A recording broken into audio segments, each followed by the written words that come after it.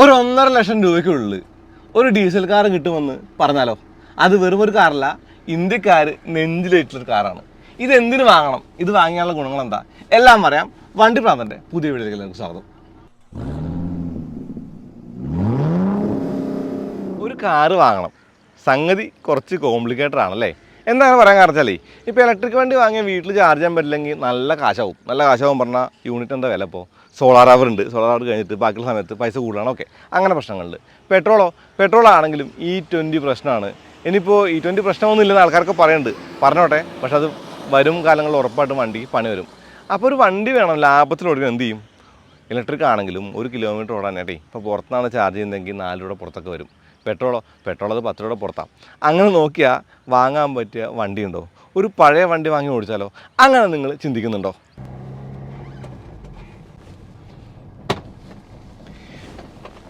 ആ പറഞ്ഞ പ്രശ്നങ്ങളും ആ പറഞ്ഞ തലവേദനകളൊക്കെ വേണ്ടതാണെങ്കിൽ ഒരു 1.5 ലക്ഷം രൂപയ്ക്കുള്ളിൽ ഒരു പഴയ ഡീസൽ കാർ വാങ്ങിയാലോ? ഓക്കെ, ഇതിൻ്റെ തലവേദനകൾ വേറെയാണ്, അത് പറയാം. നമുക്ക് റോഡിൽ കുറേ കാറുണ്ട്, പക്ഷെ നമ്മുടെ കാറുകളിൽ ഏറ്റവും ഫേമസ് ആയിട്ടുള്ള കാറുകളൊന്നാണ് സ്വിഫ്റ്റ്. 2005 സ്വിഫ്റ്റ് വരുന്നത്. 2005 സ്വിഫ്റ്റ് വരുന്നത് എസ്റ്റീമിലുണ്ടായിരുന്ന G13B എന്ന് പറയുന്ന 4 സിലിണ്ടർ പെട്രോൾ എഞ്ചിനുമായിട്ടാണ്. അതിനുശേഷം 2007 അവർ ഡീസൽ ഇറക്കി, LDI VDI എന്ന് 2 മോഡൽ ഇറക്കി. അതിലെ LDI ആണിത്, ഫസ്റ്റ് ജനറേഷൻ. ചെറിയ മാറ്റങ്ങൾ കാണാം, വീലൊക്കെ മാറിയിട്ടുണ്ട്. എന്നാലും ഈ വണ്ടി എന്ന് പറയുന്നത് ഓരോ പൈസയ്ക്കും മൂല്യമുള്ളൊരു വണ്ടിയാണെന്ന് ഞാൻ പറയാം. കാരണം എന്താ ആദ്യം പറയാം. എന്തായാലും ഈ സ്വിഫ്റ്റ് എന്ന് പറയുന്നത് ഫേമസ് ആയിട്ടുള്ള വണ്ടിയാണ്. ഇതിനകത്ത് എയർ ബാഗ് ഇല്ല, ABS ഇല്ല, പവർ വിൻഡോ ഇല്ല, പക്ഷേ AC-യും പവർ സ്റ്റിയറിംഗും ഉണ്ട്. ഓക്കെ, ഈ വീഡിയോ ചെയ്യാനുള്ള കാരണം കൂടി ആദ്യം പറയട്ടെ. ഒരിക്കൽ എന്നെ ഒരു പുള്ളി വിളിച്ചു. പുള്ളി എന്ന് പറയാൻ കാരണം പുള്ളിയുടെ പേര് എനിക്ക് ഓർമ്മയില്ല. ഒരു കോളേജ് സ്റ്റുഡൻറ്റാണ്. പുള്ളിക്ക് വീട്ടുകാർക്ക് ബൈക്ക് മേടിച്ച് കൊടുക്കാൻ പറ്റില്ല, പക്ഷേ പുള്ളിയുടെ കയ്യിൽ ഒരു 1.5 ലക്ഷം രൂപയോളം ബഡ്ജറ്റ് ഉണ്ട്. ഏത് ഡീസൽ കാർ ഞാൻ വാങ്ങും, എനിക്ക് കോഴിക്കോട് ട്രിവാൻഡ്രം പോകാനാണ് വീക്കെൻഡിൽ എന്ന് പറഞ്ഞു. അങ്ങനെ പറഞ്ഞ ആ ഒരു ചോദ്യത്തിൽ നിന്ന് ഞാൻ കിട്ടിയ അല്ലെങ്കിൽ കണ്ടെത്തിയ ഉത്തരമെന്ന് സ്വിഫ്റ്റിനെ പറയാം. സ്വിഫ്റ്റ് ഒരു നല്ല ചോയ്സാണ്. 1.5 ലക്ഷം രൂപയ്ക്കുള്ള LDI വണ്ടി കിട്ടും. ഇത് ഒരു 1.5 ലക്ഷം കിലോമീറ്റർ താഴെ ഓടിയ വണ്ടിയുമാണ് എന്നുള്ളതാണ്. ഓക്കെ, ആദ്യം സ്വിഫ്റ്റിൻ്റെ കുറച്ച് കാര്യങ്ങൾ, കൗതുകങ്ങളൊക്കെ പറയാം. എന്നിട്ട് എന്തുകൊണ്ട് ഇത് വാങ്ങണമെന്ന് പറയാം. ആദ്യം ഇലക്ട്രിക് കാറോ പെട്രോൾ കാറോ വാങ്ങിയുള്ള ഒരു ബെനിഫിറ്റ് എന്ന് പറയുന്നത്, പുതിയ വണ്ടി വാങ്ങുന്നു എന്നുള്ളതും നമ്മുടേതായിട്ടുള്ള കുറച്ച് നമ്മുടെ കാർ ഓടിക്കുന്നു എന്നുള്ള കാര്യമൊക്കെയാണ്. കാശുള്ളവർക്ക് പറ്റും, പക്ഷേ പൈസ ഇല്ല, കുറവാണ് കയ്യിലുള്ള കാശ്. എന്നാൽ ഒരു വണ്ടി വേണമെന്നുണ്ടെങ്കിൽ, ഒരു ലാഭത്തിൽ ഓടിച്ചുകൊണ്ട് നടക്കാവുന്ന ഒരു വണ്ടി വേണമെന്നുണ്ടെങ്കിൽ ഈ 1.3 മൾട്ടിജെറ്റ് ഡീസൽ അല്ലാണ്ട് വേറെന്താ? ഇതിന് മൈലേജ് ഉണ്ട്, ഇതിൻ്റെ പെർഫോമൻസ് നല്ലതാണ്. പിന്നെ ഇത് സ്വിഫ്റ്റ് അല്ലേ ആഫ്റ്റർ ഓൾ. ഓക്കെ, സ്വിഫ്റ്റിൻ്റെ ഒരു ഫസ്റ്റ് ജെൻ്റെ ലുക്ക് എന്ന് പറയുന്നത് മിനി കൂപ്പറായിട്ടുള്ള സാധനങ്ങളുടെ ലുക്ക് എന്നൊക്കെ അന്ന് പറഞ്ഞു കേട്ടുന്ന ആളുകളുടെ ഒരു വിപ്ലവം ഉണ്ടാക്കിയ വണ്ടിയാണ്. ഇപ്പോൾ നോക്കിയേ, ഈ LDI എന്ന് പറയുന്നത് മിൻറ്റ് കണ്ടീഷൻ എന്ന് പറയാം. മിൻറ്റ് കണ്ടീഷൻ എന്ന് പറയുമ്പോൾ 2007 വന്നിട്ട് ഇന്നത്തെ ഈ 2025 നിൽക്കുമ്പോൾ ഇപ്പോൾ ടെസ്റ്റൊക്കെ കൊടുത്ത വണ്ടികളാണ്. നല്ല ഫിറ്റ്നസ്സൊക്കെ ഉള്ള വണ്ടികൾ നമുക്ക് സുഖമായിട്ട് ഓടിക്കാൻ പറ്റും. ഓക്കെ, നിങ്ങൾ കേട്ടിട്ടുണ്ടാവും ഫിറ്റ്നസ് ചാർജ് കൂടി എന്നൊക്കെ, ഇരട്ടിയാന്നൊക്കെ. എന്നാലും നമ്മുടെ കയ്യിൽ ഒതുങ്ങി അഫോർഡബിൾ ആയിട്ട് നമുക്ക് ടെസ്റ്റൊക്കെ കൊടുക്കാൻ പറ്റുന്ന കാര്യമാണ്. അപ്പോൾ ഇതിൻ്റെ ഒരു മിൻറ്റ് കണ്ടീഷൻ്റെ മെയിനായിട്ടുള്ള കാര്യം എന്ന് പറയുന്നത് വണ്ടി മെയിൻറ്റെയിൻ ചെയ്യുന്ന ഒരു ആളുടെ ഒരു ഗുണം തന്നെയാണ്. എന്നാലും 1.5 ലക്ഷം രൂപയ്ക്കുള്ളിൽ വാങ്ങുന്ന വണ്ടിക്ക് എന്ത് ചിലവാക്കേണ്ടി വരും? ഓക്കെ, അങ്ങനെ ചോദിച്ചാൽ ഇപ്പോൾ നിങ്ങളൊരു കാർ വാങ്ങി, ഒരു പുതിയ കാർ വാങ്ങി, ഒരു 2-3 വർഷത്തിനുള്ളിൽ എത്ര രൂപ ഡിപ്രിസിയേഷൻ വരും? ആ കണക്കിൽ നോക്കിയേ. ഇതൊരു 1.5 ലക്ഷം രൂപയ്ക്ക് വാങ്ങിയിട്ട് 1.5 ലക്ഷം രൂപ ചിലവാക്കിയാലും നമുക്ക് ലാഭമാണെന്ന് പറയാൻ പറ്റില്ല. അങ്ങനെ നോക്കിയാൽ, കാരണം ഒരു 5 വർഷം യൂസ് ചെയ്താൽ പോലും ആ പൈസ ഡിപ്രിസിയേഷനിൽ പോയില്ലല്ലോ. അങ്ങനെയല്ലേ പറയാതെ? 20 ലക്ഷം രൂപ വാങ്ങി 5 വർഷം കൊണ്ട് എത്ര രൂപ ഡിപ്രിസിയേഷൻ പോകും? അത് പഴയ കാറാകുമ്പോൾ ആ പ്രശ്നമില്ല. ഓക്കെ, നിങ്ങൾക്ക് ഓട്ടോണമസ് ഡ്രൈവിംഗ് വേണം, അല്ല ഓട്ടോണമസ് ഒന്നുമില്ല. ഓക്കെ, അഡാസ് വേണം, അതല്ലെങ്കിൽ ക്രൂസ് കൺട്രോൾ വേണം, അല്ലെങ്കിൽ പവർ സ്റ്റിയറിംഗ് വേണം, പവർ വിൻഡോ വേണം, അങ്ങനെയുള്ള ആവശ്യങ്ങളൊക്കെ ഉള്ള ആളുടെ കാര്യം ഞാൻ പറയട്ടോ. ഒരു കാറ് വേണമെന്നുണ്ട്. എന്നാൽ ബൈക്കിനേക്കാൾ ഒരു ഇത്തിരി കൂടി യൂസ്ഫുള്ളായിട്ട് കാറാണ് തോന്നുന്നത്. കാരണം പേടിക്കാതെ ഓടിക്കാം, മഴ കൊള്ളാതെ ഓടിക്കാം. യാത്ര ചെയ്യുമ്പോൾ മറ്റുള്ള ആളുകളുടെ വണ്ടികളിലെ കുന്തലപ്പിനെ പേടിക്കുന്നില്ല. ചെറിയ ആക്സിഡൻറ്റുകളൊക്കെ നമുക്ക് മേത്തേക്ക് തട്ടാതെ ഒഴിവാക്കാൻ പറ്റുമെന്നുള്ളതാണ്. ഇപ്പോൾ എയർ ബാഗ് ABS ഒന്നും ഇല്ല, എന്നാൽ കൂടി ഞാൻ പറയുന്നത് കാറും ബൈക്കും നമ്മൾ വ്യത്യാസമാണ്. ഒരു ബൈക്കിന് അല്ലെങ്കിൽ ഒരു പുതിയ കാർ വാങ്ങാനുള്ള പേടി, ആൻസൈറ്റി ഉള്ള ആൾക്കാർക്ക്, അവർക്കൊക്കെയും ഒരു യൂസ്ഡ് കാറിൽ അല്ലെങ്കിൽ ഒരു വണ്ടി ഓടിച്ച് തുടങ്ങാൻ പറ്റിയ വണ്ടി എന്ന് സ്വിഫ്റ്റിനെ പറയാം. ഇതിനെന്തായിരുന്നു പ്രശ്നം? ആദ്യം പ്രശ്നമല്ല പറയേണ്ടത്, ആദ്യം ഇതിൻ്റെ സ്പെസിഫിക്കേഷൻ അല്ലേ. എന്താണ് ഈ വണ്ടിയുടെ എഞ്ചിൻ്റെ കാര്യം? സ്വിഫ്റ്റിനെ ഇവർ വിളിക്കുന്നത് DDIS എന്നാണ്. സ്വിഫ്റ്റിനല്ല, എഞ്ചിനെ. അത് മൾട്ടിജെറ്റ് 1.3 മാരുതി വിളിച്ചുകൊണ്ടിരുന്നത് DDIS എന്നാണ്. സംഭവം കോമൺ റെയിലാണ്, കോമൺ റെയിൽ ഡയറക്ട് ഇഞ്ചക്ഷൻ. അതാണ് അതിൻ്റെ കാര്യം. 1248 cc 4 സിലിണ്ടറാണ്. ഏറെക്കുറെ 73 HP 190 ന്യൂട്ടൺ ടോർക്കുള്ള വണ്ടിക്ക് ഫിക്സഡ് ജിയോമെട്രി ടർബോ. അതുകൊണ്ട് തന്നെ നിങ്ങൾ കേട്ടിട്ടുണ്ടാവും, സ്വിഫ്റ്റ് റിസ്ക് ഓടിക്കുമ്പോൾ 2000 RPM എത്തിയാലേ വണ്ടി തൂളി കയറി പോകുള്ളൂ. അതുവരെ വണ്ടിക്ക് ഒരു ലാഗ് ഉണ്ടാവും. അത് ടർബോലാകാം. അത് പിന്നീട് മാറിയത് ഒരു വേരിയബിൾ ജിയോമെട്രി ടർബോ ആക്കിയിട്ട് മാറ്റേണ്ടതുണ്ട്. എന്നാലും ഇത് ഓടിക്കാൻ അത്യാവശ്യം നല്ല ഫണ്ണാണ്. ഫണ്ണെന്ന് പറയാൻ കാര്യം എന്ന് പറയുന്നതിൻ്റെ ഒരു യൂറോപ്യൻ ആയിട്ടുള്ള സ്പെസിഫിക്കേഷനോ അല്ലെങ്കിൽ സ്റ്റൈലിങ്ങോ അല്ലെങ്കിൽ ഷാസി അല്ലെങ്കിൽ അങ്ങനെയുള്ള കാര്യങ്ങളൊക്കെ തന്നെയും ഈ വണ്ടി എന്ന് പറയുന്നത് ഗ്ലോബലാണ് സ്വിഫ്റ്റ് എന്ന് പറയുന്നത്. അപ്പോൾ ഗ്ലോബൽ സ്വിഫ്റ്റ് ഓടിക്കുമ്പോഴൊരു ഫൺ എന്ന് പറയുന്നത് ഈ ഡീസലിലുമുണ്ട്. ഡീസലിൻ്റെ ടോർക്ക് എന്ന് പറയുന്നത് അഡിക്റ്റീവാണ്. അന്നത്തെ കാലത്ത് മാരകമായിരുന്നു, ഇന്നത്തെ കാലത്തും മാരകമല്ലെന്നും പറയാൻ പറ്റില്ല. പക്ഷേ ഹൈ മൈലേജാണ്. 20 പുറത്തൊക്കെ സുഖമായിട്ട് ഫ്യൂവൽ എഫിഷ്യൻസി കിട്ടുന്ന വണ്ടിയാണിത്. ഇതിന് മെയിനായിട്ട് വരുന്ന പണികളെന്ന് പറയുന്നത് ശരിക്കും ടൈമിംഗ് ചെയിൻ മാറണം എന്നുള്ളതാണ്. ടൈം ബെൽറ്റ് അല്ല, ടൈമിംഗ് ചെയിനാണ് 1.3. ഇത് DOC, അതായത് ഡബിൾ ഓവർ ഹെഡ് ക്യാം ഷാഫ്റ്റുള്ള എഞ്ചിനാണ്. അന്ന് തന്നെ ഹൈടെക് എഞ്ചിനാണ്. അപ്പോൾ അതിൻ്റെ ചെയിൻ്റെ സൗണ്ട് വരുമ്പോൾ മാറുക എന്നുള്ളതാണ്. പൊട്ടിക്കഴിഞ്ഞാൽ വാൽവൊക്കെ കയറി പിടിക്കാൻ കറണ്ട്. പക്ഷേ ഇതൊക്കെ മാറിയിട്ടുള്ള വണ്ടി കേട്ടത്. ഞാൻ പറയുന്നത് നിങ്ങൾ 1.5 ലക്ഷം രൂപയ്ക്കുള്ള വണ്ടി മേടിക്കുമ്പോൾ ഇതൊക്കെ മാറി സർവീസ് ചെയ്ത വണ്ടി മേടിച്ചാൽ മതി. അതല്ലേ നല്ലത്. അങ്ങനെ മേടിക്കുമ്പോൾ നമുക്ക് ആ പ്രശ്നങ്ങളൊന്നും ഇല്ലല്ലോ. പിന്നെ ഈ വണ്ടിയുടെ മെയിൻ ഫാക്ടർ എന്ന് പറയുന്നത് കൂൾ ഫാക്ടറാണ്. കൂൾ ഫാക്ടർ എന്ന് പറയുമ്പോൾ ഒരു വണ്ടി, ഏത് വണ്ടി മേടിക്കാം, പക്ഷേ വണ്ടി മേടിക്കുമ്പോൾ ഇഷ്ടംപോലെ ആളുകൾ ഉപയോഗിച്ചിട്ടുള്ള, ഇഷ്ടംപോലെ ജനപ്രീതിയുള്ളൊരു വണ്ടി മേടിക്കുമ്പോൾ അതിന് ഒരു കൂൾ കാറായിട്ട് കണ്ട് ഓടിക്കാം എന്നുള്ളൊരു ഗുണം തന്നെയാണ്. അത് സ്വിഫ്റ്റിൻ്റെ കാര്യത്തിൽ എടുത്തു പറയാവുന്ന കാര്യമാണ്. VDI ABS ഒക്കെ പിന്നീട് വന്നു. പക്ഷേ VDI ABSും അല്ലെങ്കിൽ VDI ഒക്കെ വാങ്ങണമെങ്കിൽ പിന്നെയും കൂടുതൽ പൈസ വേണം. നമ്മൾ വാല്യൂ ഫോർ മണി പ്രോസസ് സംസാരിക്കുന്നത്. ഒരു ബൈക്കിന് പകരം അല്ലെങ്കിൽ ഒരു സാധാ കാറിന് പകരം ഒരു കാർ മേടിക്കാൻ പറ്റുമോ? ഒരു പുതിയ ഓൾട്ടോ വാങ്ങുന്നതിന് പകരം ഒരു സ്വിഫ്റ്റ് മേടിക്കാം. ഒരു പുതിയ സ്വിഫ്റ്റ് മേടിക്കുന്നതിന് പകരം പഴയ സ്വിഫ്റ്റ് മേടിക്കാം. അത്രയും കാശ് നമുക്ക് ലാഭിക്കും. അപ്പോൾ നിങ്ങൾ ഒരു ഡിപ്രിസിയേഷനെ പേടിക്കുന്ന ഒരു ഫ്രീക്കാണെങ്കിൽ, അതല്ലെങ്കിൽ കാർ എന്ന് പറയുന്നത് ലയബിലിറ്റി ആണെന്ന് കരുതുന്ന ആളാണെങ്കിൽ നിങ്ങൾക്കൊക്കെ പറ്റിയ വണ്ടികളൊന്ന് സ്വിഫ്റ്റ് തന്നെയാണ്. ഈ സ്വിഫ്റ്റിൻ്റെ LD ആണ്. പ്രത്യേകിച്ചും അന്ന് വിളിച്ചു ചോദിച്ച സുഹൃത്തെ, നിങ്ങൾക്ക് ഞാൻ റെക്കമെൻഡ് ചെയ്യുന്നത് സ്വിഫ്റ്റാണ്. ഒരു പക്ഷേ റിറ്റ്സ് നിങ്ങൾക്ക് പറ്റിയേക്കും. പക്ഷേ റിറ്റ്സിന് എനിക്ക് LD മോഡലിന് എന്ത് വിലയുണ്ടെന്ന് അന്വേഷിച്ച് ഞാൻ വീണ്ടും ഒരു വീഡിയോ ആയിട്ട് ചെയ്യാം. 2007 സ്വിഫ്റ്റ് വരുന്നതെന്ന് പറഞ്ഞു. അന്ന് ഇതിന് 4,86,000 രൂപയ്ക്കായിരുന്നു എക്സ്ഷോറൂം പ്രൈസ്. ആ ഒരു റേഞ്ച് ആയിരുന്നു. പക്ഷേ അന്ന് തന്നെ ആളുകൾക്ക് കൗതുകം ഉണ്ടാകുന്ന ഒരു ഫാൻസി ആയിട്ടുള്ള ഡിസൈനായിരുന്നു. അതായത് ഇതുപോലുള്ള കാർ അന്നാരും കണ്ടിട്ടില്ല. ഇന്നിപ്പോൾ നിങ്ങൾ കുറേ വണ്ടികളൊക്കെ ഉണ്ടാവും. പക്ഷേ അന്ന് ഇത്രയ്ക്കൊന്നും റോട്ടിൽ നിരത്തിൽ കുറേ വണ്ടികളൊന്നുമില്ല. ഇത് കാണുമ്പോൾ അയ്യടാ കൊള്ളാലോ എന്നുള്ള ഒരു മൈൻഡൊക്കെ ആൾക്കാർക്ക് ഉണ്ടാവും. ഇത് എന്ത് വണ്ടി, കുഴിയിലാണ്ടിരിക്കുന്നു പറഞ്ഞിട്ട് ആൾക്കാർ എനിക്കറിയാം. പിന്നെ എൻ്റെ ഒരു സുഹൃത്തിൻ്റെ വണ്ടിയുടെ ടൈമിംഗ് ചെയ്യാൻ പൊട്ടിയിട്ട് എഞ്ചിൻ പിടിച്ചു പോയ കഥയൊക്കെ ഞാൻ കേട്ടിട്ടുണ്ട്. ഇതിനൊരു വീല് മാറ്റുണ്ട്. ഈ വീലെന്ന് പറഞ്ഞാൽ അലോയ് വീൽ ഇട്ടതാണ്. ഇതൊരു പുറത്തുനിന്നിട്ടാണ് വീലാണ്. ഈ വീൽ നിങ്ങൾ കണക്കിൽ പെടുത്തേണ്ട. LDക്ക് സ്റ്റീൽ വീലാണ്. പിന്നെ ഇതിൻ്റെ ഇൻഡിക്കേറ്റർ ഇവിടെ താഴ്ത്താം. മിററൊന്നുമില്ല. ഇത് മിറർ ഫോൾഡ് ചെയ്യാനൊന്നും പറ്റില്ല. ഇലക്ട്രിക് അഡ്ജസ്റ്റ്മെൻ്റ് ഒന്നുമില്ല. പ്രത്യേകിച്ച് LDA ആണെന്ന് ഒന്നും കണ്ടിട്ടില്ല. പിന്നെ ഡോറിൻ്റെ ഒരു കാര്യമൊക്കെ പറയുമ്പോൾ നിങ്ങൾക്ക് ഇന്നത്തെ കാണുന്ന മാരുതികളിൽ നിന്ന് വ്യത്യസ്തമായിട്ട് കുറച്ചൊരു ഇത്തിരി തട്ട് സൗണ്ടൊക്കെ ആകുമ്പോൾ ഒത്തിരി കൂടി ബിൽഡ് ക്വാളിറ്റി കൂടുതലായിട്ട് തോന്നുന്നൊരു കാര്യമാണ് സ്വിഫ്റ്റിൻ്റെ കാര്യം പറയുമ്പോൾ. പിന്നെ സീറ്റിംഗ് ആണെങ്കിലും ഇപ്പോൾ എനിക്ക് ഈ സീറ്റ് നോക്കിയാൽ ഇതിനകത്ത് ഇരിക്കാനായിട്ട് അത്യാവശ്യം സൗകര്യമാണ്. ഇപ്പോൾ ഞാൻ കയറിയിരിക്കുന്നുണ്ടോ, എൻ്റെ ഹെഡ് റൂം ആണെങ്കിലും ലെഗ് റൂം ആണെങ്കിലും ഒക്കെ അത്യാവശ്യം യാത്ര ചെയ്യുന്ന വണ്ടി. ഇപ്പോൾ നമ്മൾ പറയുന്നത് ഒരു സിംഗിൾ യൂസിന് വണ്ടിയല്ല, ഒരു ഫാമിലിക്കും വാങ്ങാവുന്ന വണ്ടിയായിട്ട് തന്നെയാണ്. കാരണം ഡീസലാണ്, മൈലേജുണ്ട്. പക്ഷേ എല്ലാവർക്കും കൂടി യാത്ര ചെയ്യാൻ എളുപ്പമാണെന്നുള്ള കാര്യമാണ്. ഇപ്പോൾ ഇതിൻ്റെ ഡോറിൻ്റെ ഒരു സൈസ് ആണെങ്കിലും ഇത് വൈൻഡറാണ്. ഈ വൈൻഡറാണ് ഫ്രണ്ടിലും ബാക്കിലൊക്കെ. ഇത് LDA കൊണ്ടാണ്. ഇത് മുഴുവൻ പോക്കണ്ടേ, പൊങ്ങുന്നില്ലേ? ഈ വൈൻഡർ എന്തോ പ്രശ്നമുണ്ട്, ഇത് പൊങ്ങുന്നില്ല. ഓക്കെ, അപ്പോൾ ഈ ഗ്ലാസിൻ്റെ ഈ വൈൻഡർ മാറ്റുന്നത് ഇതുപോലുള്ള പ്രശ്നങ്ങളൊക്കെ ഉണ്ടാവും. കാരണം നമ്മൾ വാങ്ങുന്നത് വാല്യൂ ഫോർ മണി വണ്ടിയായിട്ടല്ലേ. പിന്നെ പിന്നിലേക്ക് വരുമ്പോൾ ഈ ബൂട്ട് തുറക്കണമെങ്കിൽ നമുക്ക് ചാവി തന്നെ വേണം. അല്ലാണ്ട് ഞെക്കി പിടിച്ച് തുറക്കാനൊന്നും പറ്റില്ല. അങ്ങനെ തുറക്കുമ്പോൾ തന്നെ തുരുമ്പുണ്ടോ എന്നൊക്കെ നോക്കേണ്ടത്. നിങ്ങൾ വണ്ടി നോക്കാൻ പോകുകയാണെങ്കിൽ ഇതിനകത്ത് പ്രത്യേകിച്ച് ഒന്നും കാണാനില്ല.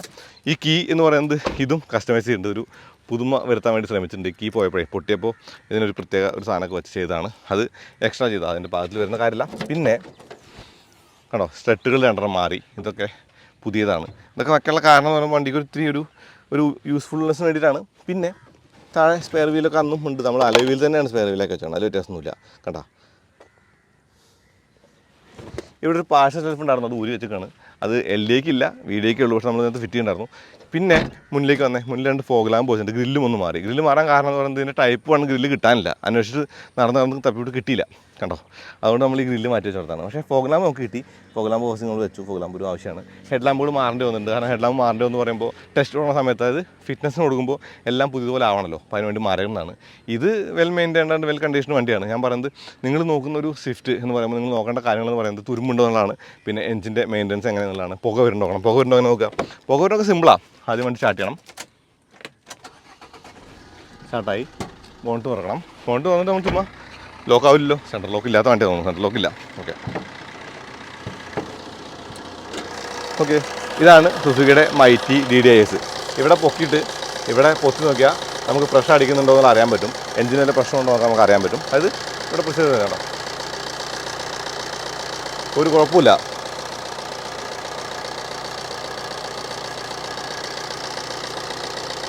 ഈ ഡിപ്സ്റ്റിക്ക് എന്ത് വലുത് നോക്കിയേ. സാധാരണ ഇന്നത്തെ കാലത്തെ പോലെ ചെറിയൊരു കഷ്ണമല്ല, ഒരു സ്പ്രിങ് ആക്ഷനൊക്കെയാണ് കേട്ടോ. കുത്തി കേട്ടോ. ഇവിടെ 2 ക്യാപ്പ് മിസ്സിങ് കേട്ടോ. 2 ക്യാപ്പ് മിസ്സിങ്ങാണ്. പിന്നെ ഇവിടെ നമുക്ക് ഒരു ഓപ്പൺ ചെയ്ത സെറ്റപ്പ് കാണാം. ഇതൊക്കെ അന്നത്തെ കാലത്തെ കാര്യങ്ങളാണ്. ഇപ്പോൾ ഇന്ന് കുറച്ചും കൂടി ഈസി ആയിട്ട് ആക്സ് ചെയ്യാൻ പറ്റുന്ന ലെവലാണ് സ്വിഫ്റ്റൊക്കെ ഉള്ളത്. 2 സൈഡിലും തുറക്കാൻ പറ്റണം. ബാറ്ററി കേട്ടോ, ഇത് വലിയ ബാറ്ററി വെച്ചാണ്. ഇതാണ് എയർ ഫിൽറ്റർ. DDISൻ്റെ ബാഡ്ജ് ഉണ്ട് ഇവിടെ. ഒരു ഇൻസുലേഷൻ കൊടുത്തത്. ഈ ഇൻസുലേഷൻ നമ്മൾ റെനോ ഡസ്റ്ററിൽ ഇതിൻ്റെ മുകളിൽ തീ പിടിച്ചിട്ടാണ് വണ്ടി കത്തിപ്പോവാറ്. അപ്പോൾ ഇതിനാ പ്രശ്നമൊന്നുമില്ല. മോണ്ടടച്ചു. ഇപ്പോൾ ഗ്ലാസിൻ്റെ മുകളിലും പാടും കാര്യങ്ങളൊന്നുമില്ല. അതൊക്കെ നല്ല ക്ലീനാണ്. ഞാൻ പറയുന്നതേ, നല്ല വണ്ടി കിട്ടും, തപ്പിയാൽ കിട്ടും. നല്ല വണ്ടി, ഇതുപോലുള്ള വണ്ടികൾ തപ്പിയാൽ കിട്ടും. അങ്ങനെ കിട്ടിക്കഴിഞ്ഞാൽ ഒരു 1.5 ലക്ഷം രൂപയ്ക്കുള്ളിൽ മികച്ച ഒരു വണ്ടി ഏതാണെന്ന് വെച്ചാൽ ഈ LD എന്നല്ലേ പറയാൻ പറ്റുക. ഇതിൻ്റെ ഒരു ഗുണം എന്ന് പറയുന്നത് ഇതൊക്കെ തന്നെയാണ്. പിന്നെ മൈലേജും സംഭവം G13B എന്ന് പറയുന്ന പെട്രോൾ എഞ്ചിനാണ് അത്യാവശ്യം നല്ല രസം ഓടിക്കാനുണ്ട്, ഫണ്ണ്. അതായത് ടർബോ ലാഗ് കാര്യങ്ങളുടെ പെട്രോളിൻ്റെ ലീനിയറായിട്ടുള്ള ഒരു ആക്സിലേഷൻ നമുക്ക് കിട്ടും. പക്ഷേ ഇതും ഓടിക്കാൻ രസമാണ്. ആ ടർബോ ലാഗ് കഴിഞ്ഞിട്ട് ആ കുതിപ്പ് നല്ല സുഖമായിട്ട് തോന്നും. ഷിഫ്റ്റൊക്കെ നല്ല നീറ്റാട്ടോ. ഇതിൻ്റെ ബുഷൊക്കെ നമ്മൾ മാറിയിട്ടുണ്ട്, ടെസ്റ്റ് സമയത്ത് മാറിയിട്ടുണ്ട്. പിന്നെ സ്റ്റിയറിങ്ങിന് ആ ടിൽറ്റും കാര്യങ്ങളൊന്നും കാണില്ല, കാരണം ഇത് LDI ആണ്. AC അത്യാവശ്യം നല്ല കൂളിംഗ് AC ആണ്. അതെനിക്ക് ഭയങ്കര ഒരു ഇമ്പ്രസ് ആയിട്ടുള്ള കാര്യമാണ്. ഇത്രയും വർഷം കഴിഞ്ഞിട്ട് വളരെ AC അനങ്ങിയിട്ടില്ല എന്നുള്ളതാണ്. പിന്നെ ഇവിടെ ആ ഹസാർഡ് ലൈറ്റ് സ്വിച്ച്, അവിടെ ആ ഒരു ക്ലോക്കൊന്നുമില്ല, വെരി ബേസിക് കാറാണ്. പക്ഷേ ഈ ബേസിക് കാറിൻ്റെ ബേസിക്നെസ്സാണ് ഇതിൻ്റെ ബ്യൂട്ടി എന്ന് പറയുന്നത്. ഇപ്പം നമുക്ക് മീറ്ററിൽ കാണാൻ പറ്റും എന്താ, ഓഡോമീറ്ററും സ്പീഡോമീറ്റർ മാത്രമേ ഉള്ളൂ, ടെക്കോമീറ്റർ ഇല്ല. പിന്നെ ഇതിനകത്ത് ഫ്യൂൽ മീറ്റർ ഉണ്ട്, എഞ്ചിൻ ടെമ്പറേച്ചർ മീറ്റർ ഉണ്ട്. ഇപ്പോൾ പല വണ്ടികളും നമുക്ക് എഞ്ചിൻ ടെമ്പറേച്ചർ മീറ്റർ കാണില്ല, പണ്ട് LDI തന്നെ അതുണ്ട്. പിന്നെ ഇതിൻ്റെ ഒരു കാര്യം എന്ന് പറയുമ്പോൾ ഇതിൻ്റെ ഹെഡ്ലൈനർ ഒത്തിരി സാഗിയാണ്, അത് മാറ്റാനുള്ള അവസ്ഥയായിട്ടുണ്ട്. ഞാൻ പറയുന്നത് നമ്മൾ വാങ്ങുമ്പോൾ ഒരു വണ്ടി മേടിക്കുമ്പോൾ, ഇപ്പോൾ ഒരു പഴയ കാർ വാങ്ങുമ്പോൾ നോക്കേണ്ട കാര്യങ്ങൾ ഇത്രയും, അത് കഴിഞ്ഞ് ചെയ്യേണ്ട കാര്യങ്ങൾ എന്താണെന്ന് പറയണം. നോക്കേണ്ട കാര്യങ്ങൾ ഇതൊക്കെ തന്നെയാണ്. ചെയ്യേണ്ട കാര്യങ്ങൾ എന്ന് പറയുമ്പോൾ വണ്ടി നമ്മുടേതായിട്ടുള്ള പേഴ്സണലൈസ് ചെയ്യാനുള്ളതാണ്. അതിന് കുറേ കാര്യങ്ങളുണ്ട്. ഇതിപ്പോൾ വളരെ സിമ്പിളായിട്ടുള്ള ഒരു കാര്യങ്ങളാണ് ഞാൻ പറഞ്ഞത്. ഇനി ഈ 1.3 അങ്ങോട്ട് ഓടിക്കാനായിട്ട് ഓടിച്ചോ. ഈ സ്വിഫ്റ്റിനെ ഇതിൻ്റെ എവിടെയാണ് ആ ഒരു ടർബോ ലാഗ് തീർന്ന പോയിന്റ് എന്ന് മനസ്സിലാക്കാൻ പറ്റില്ല. അതിന് ടാക്കോമീറ്റർ ഇല്ല, കാല് കൊടുത്ത് ഓടിക്കാന്നുള്ളൂ. പക്ഷേ നമുക്ക് അത്ര വലിയ കാര്യമായിട്ട് അത്ര ബുദ്ധിമുട്ടൊന്നുമില്ല ഓടിക്കാനായിട്ട്, ഈസിയാണ് ഓടിക്കാനായിട്ട്. ഇപ്പോൾ ലോ ആൻഡ് ടോർക്ക് ഉള്ളതുകൊണ്ട് തന്നെ നമുക്ക് വെറുതെ 4ാമത്തെ ഗിയറിലിട്ട് ഇങ്ങനെ ചുമ്മാ ഓടിച്ചുകൊണ്ടിരിക്കാൻ പറ്റും. ഞാൻ പറഞ്ഞത് പുതിയ ഡ്രൈവർമാർക്ക്, പുതിയതായിട്ട് വണ്ടി വന്ന ആൾക്കാർക്ക്, മൈലേജിന് വേണ്ടി ഓടിക്കുന്ന ആൾക്കാർക്കൊക്കെ ഈ കാര്യങ്ങളൊക്കെ ഈസിയാണ്. നമുക്കൊരു 40 മുതൽ ഇങ്ങനെ ആ ഇൻഗിയർ ആക്സിഡൻറ്റ് നോക്കിയേ, 40 പോണ്, ചുമ്മാ കാല് കൊടുത്താൽ 80 വരെ വലിച്ചു കയറി പോകണോക്കിയേ 4ാമത്തെ ഗിയറിൽ. അതൊക്കെ ടോർക്കിൻ്റെ ഗുണമാണ്. അതൊക്കെ 1.3 മൾട്ടിജെറ്റ് എന്ന് പറയുന്നത് നമ്മുടെ നാഷണൽ എഞ്ചിൻ എന്ന് പറയുന്നത് വെറുതെന്നല്ല, അതിൻ്റേതായിട്ടുള്ള സകല കാര്യങ്ങളുണ്ട്. അതുകൊണ്ട് തന്നെ ഇത് ഓടിക്കാൻ നല്ല ഫണ്ണാണ്. ഈ ഫൺ എന്ന് പറയുമ്പോഴേ, ഈ പഴയ വണ്ടി വാങ്ങിയിട്ട് ഓടിക്കുന്ന ഫൺ എന്ന് പറയുമ്പോൾ നമുക്ക് സ്പെൻഡ് ചെയ്യുന്ന ഓരോ പെന്നിക്കും ലാഭമാണ് എന്നുള്ളതല്ലേ, അതൊരു വലിയ പോയിന്റ് ആട്ടോ. ഇപ്പോൾ ഇതിൻ്റെ സസ്പെൻഷൻ റാറ്റ്ലിംഗ് ഇല്ല, സ്റ്റിയറിങ്ങിന് അടിയില്ല, ഓക്കെ, ഇതൊക്കെ ഇതിൻ്റെ ഗുണങ്ങളാണ്. ഞാൻ പറയുന്നത് നമ്മൾ തപ്പിയെടുക്കുന്ന വണ്ടി നല്ലതായിക്കൊള്ളണം എന്ന് കൂടിയുണ്ട്, എന്നാലും ഈ പറഞ്ഞ കാര്യങ്ങൾ കിട്ടുള്ളൂ. ഇപ്പോൾ അല്ലെങ്കിൽ തന്നെ ഇപ്പോൾ ഏറ്റവും മോശം കണ്ടീഷൻ വണ്ടി നിങ്ങൾ മേടിച്ചാലും ഇതിനിപ്പോൾ എന്ത് ചിലവ് വരും നേരാക്കാനായിട്ട്. കാരണം ഇത് സ്വിഫ്റ്റാ, ഇത് അത്രയും മാത്രം വണ്ടി വിറ്റുകൊണ്ട് തന്നെ ഇതിന് പാർട്സൊക്കെ ഈസി ആയിട്ട് കിട്ടും, ഇതിന് എല്ലാ കാര്യങ്ങളും കിട്ടാനുണ്ട് എന്നുള്ളതാണ്. അപ്പോൾ നിങ്ങൾ ചോദിക്കും ഇതിനെന്തേ ആ ഫ്രണ്ടിൽ ഗ്രില്ല് കിട്ടാഞ്ഞത്. അത് കിട്ടാനിട്ടല്ല, നമ്മൾ തപ്പിപ്പോയതാണ്. നമുക്ക് ഏറ്റവും എളുപ്പത്തിൽ കിട്ടിയത് ഈ ടൈപ്പ് 2ാമത്തെ ഗ്രില്ല, അതിപ്പോൾ സുഖമായിട്ട് നമ്മൾ ഫിറ്റ് ചെയ്യുന്നുള്ളൂ. അതായത് ഒരു ഇത്തിരി കൂടി ലുക്കറായിക്കോട്ടെ ചെയ്താൽ അല്ലാണ്ട് വേണമെങ്കിൽ തപ്പിയെടുക്കുകയോ ചെയ്യാമായിരുന്നു. ഇപ്പോൾ ഇതിൻ്റെ സ്റ്റിയറിങ് പ്രിസൈസാണ്. ഞാൻ പറയുന്നത് അന്നത്തെ കാലത്തെ കാലഘട്ടത്തെ വണ്ടി കേട്ടോ. ഇത് കഴിക്കുമ്പോൾ നമുക്ക് കാഴ്ച കാണുന്ന നന്നായിട്ടാണ്. ഇതിൻ്റെ ഒരു പുതിയ വണ്ടികളുടെ സകലമാന തരികിടകളും ഒഴിവാക്കിയിട്ട് വണ്ടി നിലയ്ക്ക് ഇത് ഓടിക്കാനേ നല്ല രസമുണ്ട്. ഇപ്പോൾ ഒരു ലോങ് ഡ്രൈവ് പോകുന്ന ആൾക്ക് ഒരു ഈസി ആയിട്ട് ഒരു യാത്ര പോകണമെങ്കിൽ വളരെ കുറഞ്ഞ ചിലവിൽ ഓടിക്കാനൊക്കെ പറ്റിയൊരു വണ്ടി എന്ന നിലയ്ക്ക് ഒരു സ്വിഫ്റ്റിനെ കാണണം. ഒരു ഇലക്ട്രിക്കിനേക്കാൾ ലാഭത്തിൽ ഓടിക്കാന്നൊക്കെ പറഞ്ഞാലോ, അതൊക്കെയാണ് ഇതിൻ്റെ ഒരു ഗുണം. അതാണ് ഇതിൻ്റെ ഒരു പോയിന്റ് എന്ന് പറയുന്നത്. നമ്മൾ 40,000 രൂപയ്ക്ക് സ്വതന്ത്രം ഓടുന്നു, 1.5 ലക്ഷം രൂപയ്ക്ക് സ്വിഫ്റ്റ് കൊണ്ടുവരാണ്. 1.5 ലക്ഷം രൂപയ്ക്ക് ഉള്ളിലിട്ടാ 1.5 വരില്ല, 1 to 1.5, അതാണ് അതിൻ്റെ പോയിന്റ് എന്ന് പറയുന്നത്. ഇത് നല്ല വണ്ടിയാണ്. ഈ പഴയ കാറ് വാങ്ങിയിട്ട് മിന്റ് കണ്ടീഷൻ ആക്കിയിട്ട് ടെസ്റ്റും കൊടുത്ത് ഓടിച്ചുകൊണ്ട് നടക്കുന്ന ഒരു മധുര പ്രതികാരം കൂടെയാണ് സംഭവം. GST കുറച്ചു വണ്ടിക്ക് വില കുറഞ്ഞൊക്കെ പറയുമ്പോഴും E20 പോലുള്ള ദ്രോഹങ്ങൾ അല്ലെങ്കിൽ പല ദ്രോഹങ്ങളും നമുക്ക് ഗവൺമെൻറ് അടുത്തുണ്ട്. ഓക്കെ, ഞാൻ ഗവൺമെൻറ്റിനെ കുറ്റം പറയില്ല, പക്ഷേ അവർ ചെയ്യുന്ന എല്ലാ കാര്യങ്ങളും നമുക്ക് ഫേവറബിൾ അല്ല എന്ന് ഉദ്ദേശിച്ചുള്ളൂ. അങ്ങനെയുള്ള സമയത്ത് ഒരു നല്ല വണ്ടി മേടിച്ച് അതിൽ കുറച്ച് കാശൊക്കെ ചിലവാക്കി കൊണ്ടുവന്നാലും പുതിയ വണ്ടി വാങ്ങുന്ന ഡിപ്രിസിയേഷൻ ഹിറ്റ് നോക്കിയാൽ ഇതാണ് ലാഭം എന്ന് ഞാൻ പറയും. ഓക്കെ, എയർ ബാഗ് വേണം, ABS വേണം, അതല്ല അഡാസ് വേണം, അങ്ങനെയുള്ള കാര്യങ്ങളൊക്കെ വേണമെങ്കിൽ പുതിയ വണ്ടി വേണം. പുതിയ വണ്ടി വാങ്ങേണ്ടത് ഞാൻ പറയുന്നില്ല. പക്ഷേ ഒരു കാറ് വാങ്ങാൻ തടസ്സപ്പെടുന്നത് ഫിനാൻഷ്യൽ പ്രശ്നമാണെങ്കിൽ, ഒരു ബൈക്കിൽ ഒതുങ്ങുന്നു എന്ന് തോന്നുകയാണെങ്കിൽ എനിക്ക് തോന്നുന്നു ചിലവ് കുറച്ച് കൊണ്ടുവരാവുന്ന പഴയ വണ്ടികൾ അവൈലബിൾ ആണ്. കുറഞ്ഞ പൈസയ്ക്ക് മേടിക്കുക. അപ്പോൾ വിദേശത്തൊക്കെ പറഞ്ഞില്ലേ $1,000 കാർ മേടിക്കുന്നത്, അതുപോലെ നമുക്ക് 1 ലക്ഷം രൂപ 1.5 ലക്ഷം രൂപയ്ക്കുള്ളൊക്കെ വണ്ടി മേടിച്ച് വലിയ ചിലവില്ലാണ്ട് കൊണ്ടുവരാൻ പറ്റിയ വണ്ടികളുണ്ട്. അങ്ങനെയുള്ള വണ്ടികളിലേക്ക് വരൂ, ബൈക്കിൽ നിന്ന് ഇറങ്ങി കാറിലേക്ക് കയറൂ. അതാണ് ഈ വീഡിയോയുടെ ലക്ഷ്യം എന്ന് പറയുന്നത്. ഓക്കെ, അപ്പോൾ അടുത്ത വീഡിയോ വീണ്ടും വരാം. അതിലേക്ക് നന്ദി, നമസ്കാരം.